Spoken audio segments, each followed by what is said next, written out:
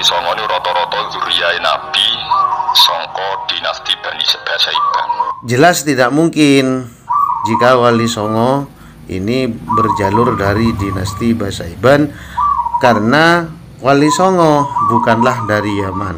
Sehingga Wali Songo itu nganakno kirim dungo mati ku ruwah, perkara ini Khalil Nabi Hud niku ruwah. Haul di kalangan zuriyah Wali Songo biasanya mesti bertepatan dengan wafat dari si wali tersebut, bukan di bulan Sya'ban. Haul Sunan Giri sama Malik Ibrahim, masyarakat Gresik itu melaksanakan di bulan Maulid.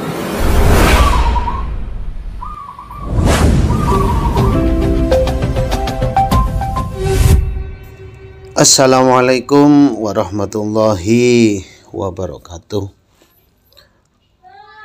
Tempo hari viral seorang Gus yang sangat saya kagumi secara keilmuan dan juga di dalam menjelaskan apa-apa dengan nada santainya, bahkan ada humornya sedikit. Humornya pun termasuk humor yang mendidik.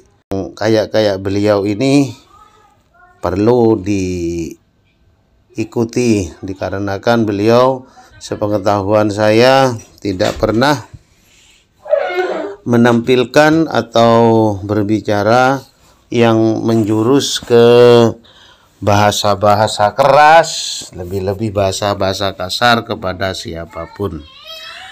Namun di sini saya hanya tawasau bil haq sesuai dengan firman Allah di dalam surat Al-Asr, yang mana beliau menyampaikan bahwasannya Wali Songo adalah dari dinasti Basaiban yang tentunya Al-Yamani. Di sini kami perlu menjelaskan kepada pemirsa, khususnya kepada Gus yang satu ini yang sangat saya kagumi. Di dalam ilmu, selain ilmu nasab, saya mengakui bahwasannya jenengan sudah termasuk kategori alim dan kategori mumpuni. Namun ketika berbicara nasab, tolong sebelumnya dipelajari dulu, karena sejarah dan nasab ini nanti mesti berhubungan pelaku sejarah yang ada di nasab tersebut. Beliau mengatakan bahwasanya Wali Songo dari dinasti Basaiban yang tentunya Al-Yamani. Mungkin yang jenengan maksud adalah Basaiban yang menjadi marga dari Sayyid Sulaiman Basaiban yang berjalur ke Sidoresmo, Surabaya, dan lain-lain itu. Di sini kami perlu menjelaskan bahwasannya jelas tidak mungkin kalau keluarga Sidoresmo, keluarga Sidogiri itu bernasab ke Ba'alawi Al-Yamani, dikarenakan Basaiban di sini adalah Al-Yamani. Adapun yang dulu terkenal dengan Basaiban yang turun kepada Sayyid Zulfikar, Sayyid Migdal Zulfikar, itu bukan Basaiban, tapi As-Saibani Al-Idrisi Al-Hasani. Jadi jelas tidak mungkin jika Wali Songo ini berjalur dari dinasti Basaiban, karena Wali Songo bukanlah dari Yaman. Dari beberapa DNA dari keturunan Wali Songo, tidak ada satupun yang migrasi leluhurnya ini berjalur ke Yaman. Pernyataan beliau yang kedua ialah di Yaman pertama kali dimakamkan dzurriyyah Rasul adalah Imam Ahmad Al-Muhajir. Ini yang dari dulu-dulunya sudah menjadi titik awal atau timbulnya polemik nasab atau kecurigaan dari beberapa peneliti sejarah dan silsilah di Indonesia, dikarenakan setelah ditelusuri dari beberapa kitab sejarah, yang namanya Imam Ahmad bin Isa ini tidak pernah melakukan hijrah ke Yaman.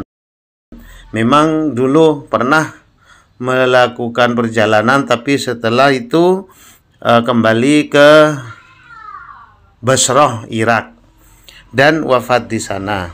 Jadi tidak mungkin ketika wafat di Basrah, Irak, yang menurut info-info dimakamkan di Wadi As-Salam, Najaf, Irak, itu gak mungkin ketika wafat di Irak lalu dimakamkan di Yaman, yang mana jarak antara Yaman dengan Irak sekitar 1200 km. Secara logika loh ya, walaupun naik onta, jelaslah tidak mungkin jika Imam Ahmad Al-Abah bin Isa Ar-Rumi dimakamkan di Yaman sehingga bergelar Ahmad Al-Muhajir. Pernyataan beliau yang berikutnya ialah kirim doanya atau haul yang paling banyak di kalangan Dzurriyyah Wali Songo menurut beliau ialah di bulan Sya'ban, dikarenakan Nabi Hud itu wafatnya di bulan Sya'ban. Nah, perlu diketahui makam Nabi Hud sendiri itu perlu diteliti juga ya Gus, perlu diteliti juga, dikarenakan makam Nabi Hud itu insya Allah bukan di Yaman. Saya sempat meneliti beberapa literasi, makam beliau itu di luar Yaman untuk saat ini. Kalau tidak salah di timurnya Yaman itu, kalau tidak salah Sudan, kalau tidak salah. Lah di daerah Sudan sana, tapi berapa kilo gitu sudah berbatasan dengan Yaman. Mungkin dulu dikatakan Yaman itu karena ada di sebelah kanannya kota Mekah, intinya begitu. Maka dari itu jadi mohon kepada panjenengan dalam sejarah lebih-lebih silsilah, monggo diperbanyak literasi. Jika jenengan membutuhkan literasi yang pas, yang sezaman, yang akurat, dipersilakan nanti bisa mencari kontak saya. Pernyataan haul justru ketika haul yang di kalangan Dzurriyyah Wali Songo biasanya mesti bertepatan dengan acara wafat dari si wali tersebut. Lah ini yang menjadi patokan di seluruh masyarakat Indonesia, bukan di bulan Sya'ban. Haul Sunan Giri sama Malik Ibrahim, kebanyakan masyarakat Gresik itu melaksanakan di bulan Maulid. Namun yang identik dengan acara haul khususnya di daerah Madura itu kebanyakan di bulan Muharram.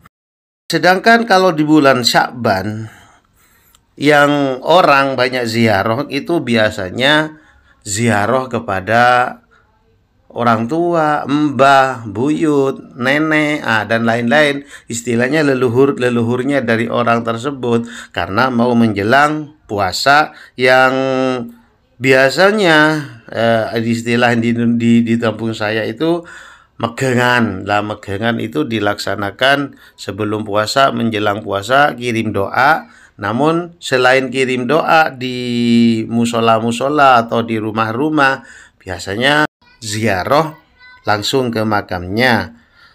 Terus di Yaman, yang menurut jenengan di Yaman Dzurriyyah Nabi itu banyak begitu. Perlu diklasifikasi Gus, ngapunten sing kathah nggih. Menurut data yang kami punya, justru Dzurriyyah Nabi di Yaman itu malah sedikit.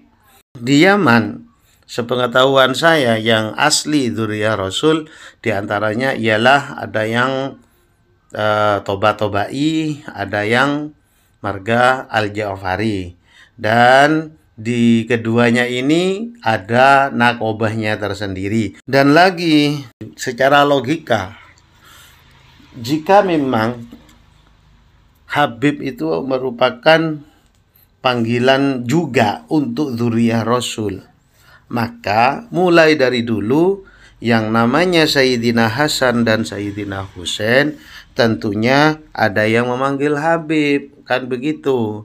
Namun kenyataannya apa? Mulai dari dulu sampai sekarang yang namanya cucu Rasulullah itu gak ada yang memanggil Habib Hasan, Habib Husain. Sampai sekarang Sayyidina Hasan dan Sayyidina Husain. Sekedar mengingatkan juga loh ya Gus, monggo diperbanyak literasi tentang masalah. Kalau nasab aku rasa belakangan, tapi yang paling utama itu adalah sejarah. Sebab kenapa? Dengan kita mengetahui sejarah, kita mengetahui timeline dari orang-orang yang ada di dalam sejarah tersebut.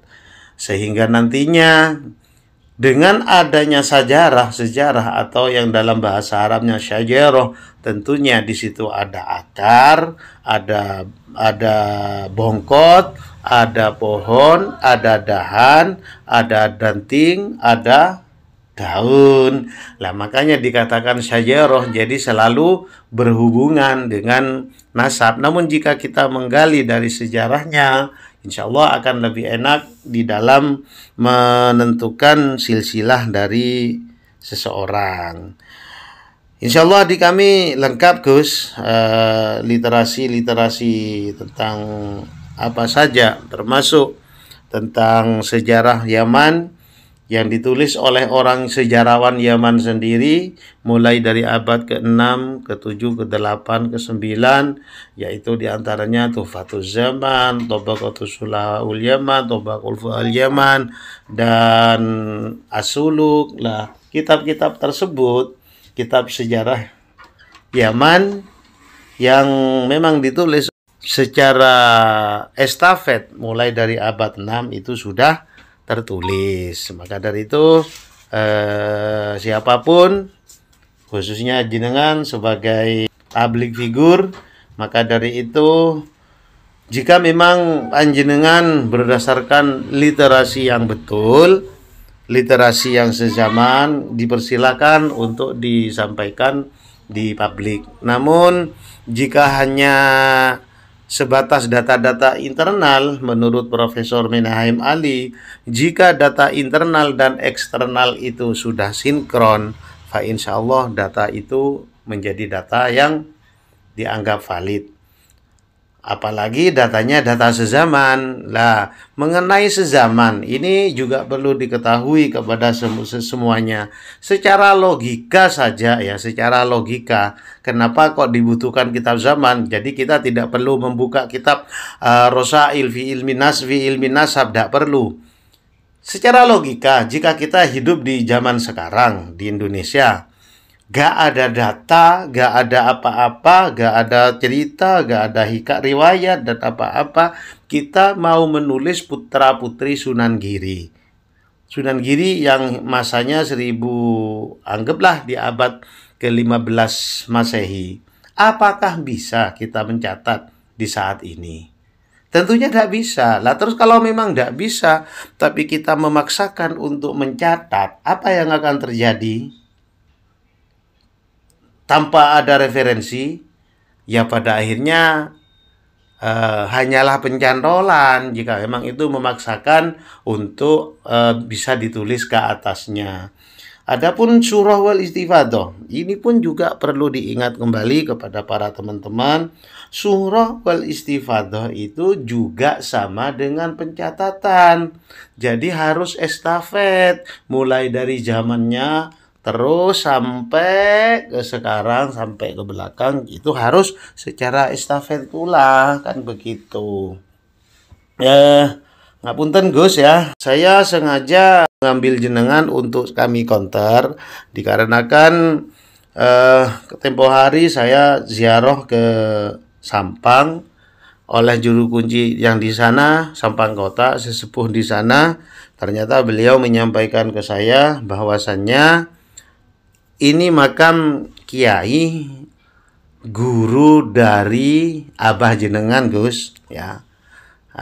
Jadi ini makam dari guru dari Abah jenengan, yaitu keturunan dari Syekh Ismail Mandurah Mekah.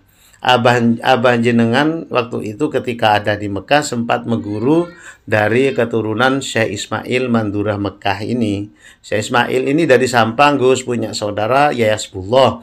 Yayasbullah ini penerima mursyid tarekat Qadiriyah Waqf Nasabandiyah dari Syekh Khotib As-Sambasi, yang mana dari Yayasbullah ini yang menurunkan sanad kemursidannya kepada Kiai Khalil Rejoso Peterongan Jombang, Kiai Khalil kepada Kiai Romli Tamim, Kiai Romli Tamim kepada Romo Yai Usman Al-Ishaqi, Romo Yai Usman turun kepada putra beliau yang sudah tidak asing di Nusantara dengan kumpulan beliau. Dikarenakan ada sedikit kepedulian kepada panjenengan, dikarenakan ada keterikatan secara emosional, dan juga ngapunten, saya sendiri pun insya Allah berjalur dari Syekh Ismail Mandurah ini, yaitu Syekh Ismail Mandurah Mekah itu punya anak namanya Abdullah, lalu Abdullah punya anak Mbah Buyut saya, insya Allah begitu, Gus. Jadi ini hanya sekedar dengan ketahui alasannya kenapa saya ngonter panjenengan, karena jenengan, saya tahu jenengan, tapi jenengan tidak tahu siapa saya, karena saya hanyalah orang yang bodoh, yang tidak punya ilmu yang mumpuni. Maka dari itu saya sebetulnya pengagum berat panjenengan, tapi sampai saat ini belum sempat untuk bisa berada di majelis panjenengan. Saya kira cukup di sini dulu yang kami sampaikan. Mudah-mudahan ada manfaat untuk semuanya. Amin amin ya rabbal alamin. Wassalamualaikum warahmatullahi wabarakatuh.